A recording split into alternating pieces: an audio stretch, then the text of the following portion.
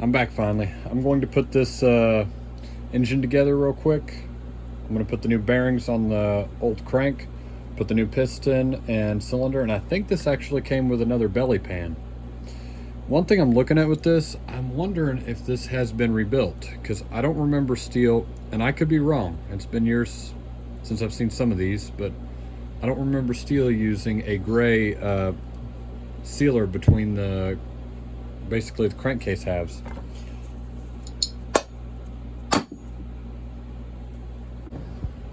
All right, so that's what we're seeing right there. That's a gray color instead of a the standard orange or red color. That actually does look really good. I'll probably save this cylinder in case I come across a 290 that needs it. Like I said, I'm more interested with this one in making a MS390 out of it.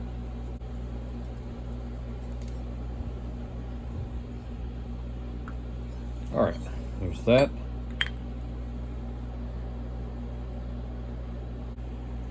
All right, so there's that.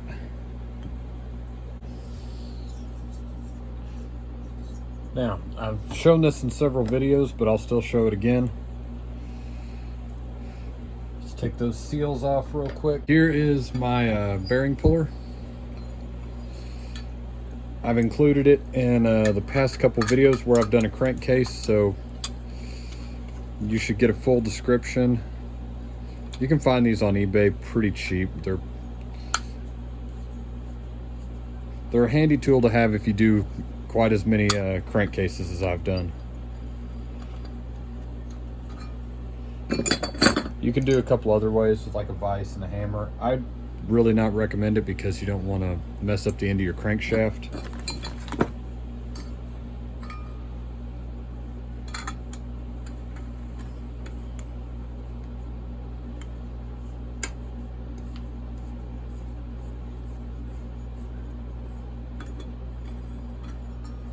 There we go.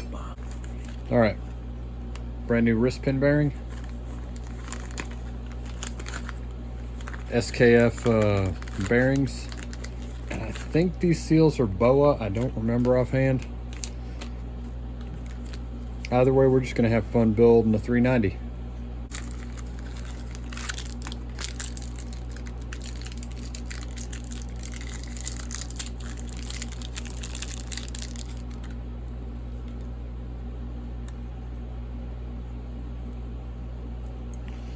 Okay.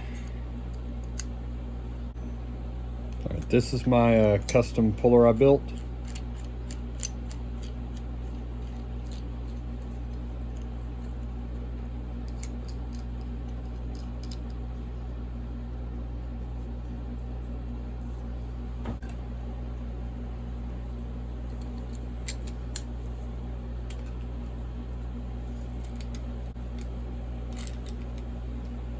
All right, right there it is.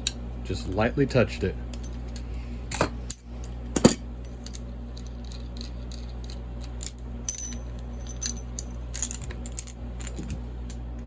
Been having kind of a crazy time at work recently. We've been basically going in at 6 a.m. and getting off at 2:30, which should logically leave me more time in the day to do stuff like this, but sometimes that's not always how it works. But it is nice getting off a little earlier. And right there it was, it bottomed out.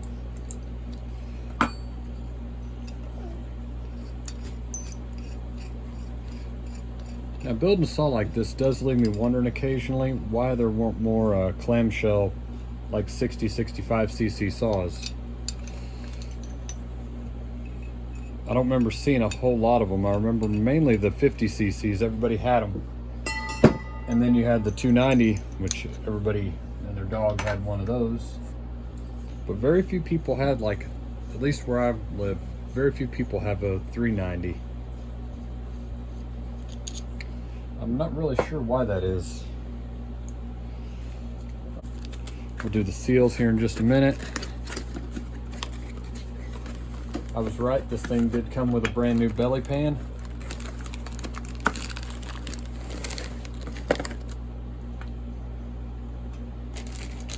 I'll check that here in a minute and see if there's any significant difference, but I don't believe there is. I think the 290 and the 390 had the same belly pan.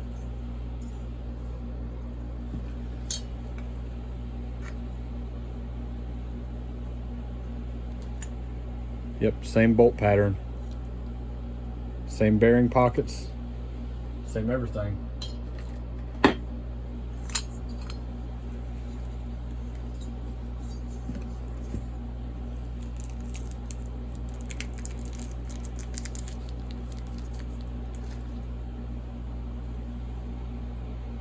Oh, great. All right, I'll be back here in just a minute. I'm going to snap those in, get this assembled. I don't think you really want to watch me fighting a retaining clip in. All right, well, I got it put together and I stuck a screwdriver in my thumb. So yeah, don't be like me. It kind of hurt. But brand new SKF bearings on there. Piston's ready to go. Nice highway piston. Cool thing, highway will always stamp the top. The last one I did, I actually put the piston on backwards. Your clutch side goes to the right, the arrow goes forward. Flywheel side. Sucks whenever you have to worm one of them back off and try not to mess up your retaining clip. Okay, let's get our seals ready and we'll get this thing assembled. Then maybe tomorrow I'll get a little bit more done on it. I don't know. I did have a couple parts I had to order. I found that I was fresh out of impulse lines and fuel lines. And those are two things I would like to do before I get that orange handle back on there. So this one may go back into a box and get finished up in about a week whenever the parts come in.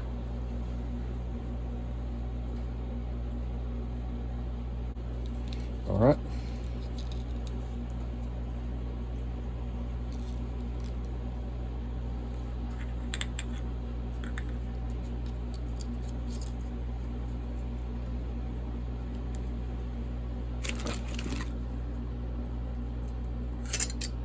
All right, the reason I do that is that shoulder right there is actually pretty sharp. And I don't want to risk prolapsing the seal. So that's why I use that little piece of foil. Come around here to this side. The flywheel side already has a taper on it, so you don't have to worry about prolapsing. All right.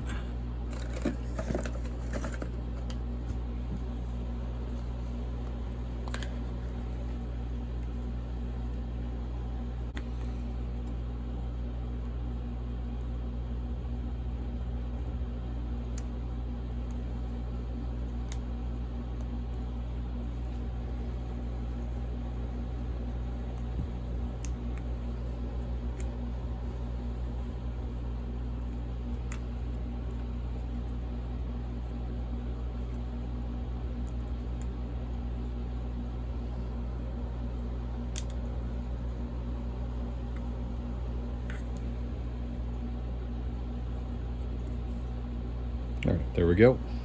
You have a locating pin right here and right here. And that side goes to your intake. That side does not go to your exhaust. If you were to reverse that, these ring ends would fall into the exhaust port, and when they did that, they shear off, they chip the chrome, they score up the sides of your cylinder. It's just a very bad day all the way around.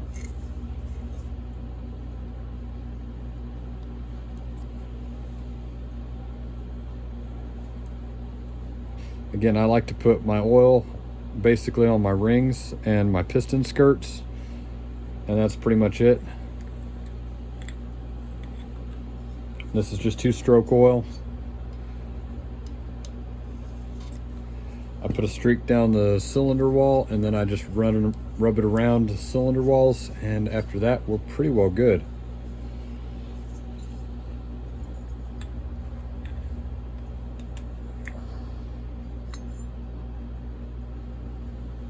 Try to make sure your ring end gaps are centered on the pins.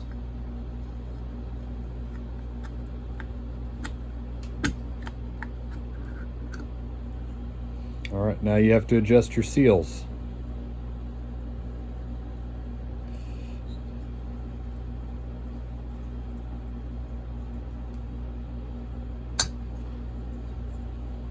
There you go. All right, I'll be back here in a second. I'm going to put a little bit of Durco on here and get ready to drop it on the handle. I'll see you in a second. All right, we're ready to go on this now. So this right here is the reason that I was questioning whether or not that was a rebuilt cylinder a second ago. That's normally the color of what STIHL uses. They use that orange Durco. So that's normally the color I'm used to seeing. All right. So flywheel side, this ear right here by my thumb, that right there, that goes to the clutch side.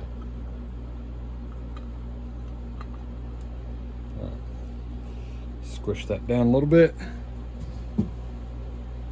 I think after I get this bolted onto the handle, we're going to call it a day on this.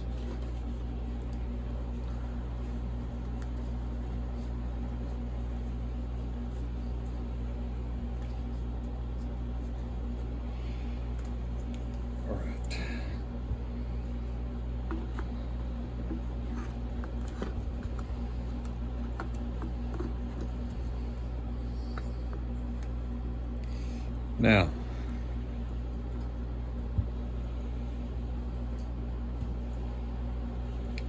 Now that that's in there, where did it go? I've got a new bar stud coming as well. What I'm going to do is I'm going to thread this one on a little bit, basically as a positioner.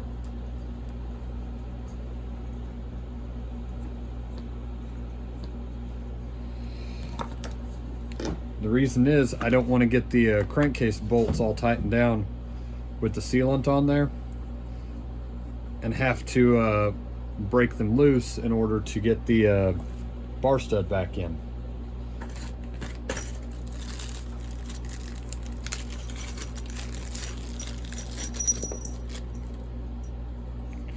All right, so I'm holding down on that, flip it over.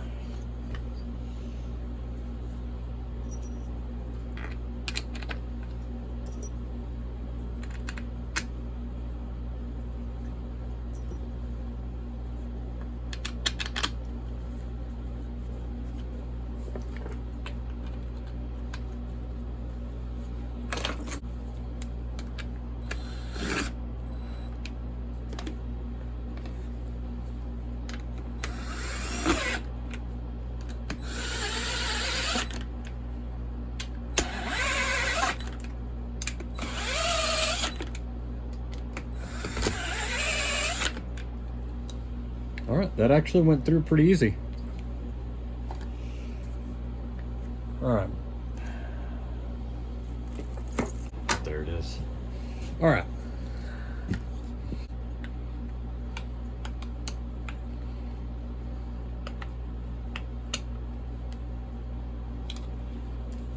All right. So on the next one, what I'm going to do is, most likely, I'll have the impulse line and I'll be able to get this baffle right here back in, because it does kind of impede me getting to the impulse line down there. Other than that, this thing should pretty much just fall right back together. There we go. Maybe in the next one, if I don't have the parts yet, I'll rebuild the chain brake assembly and kind of give you an idea how to do that again. I know I've done it in some other videos, but yeah, that's how far I've gotten it so far. We'll talk to you later. Take it easy. Bye.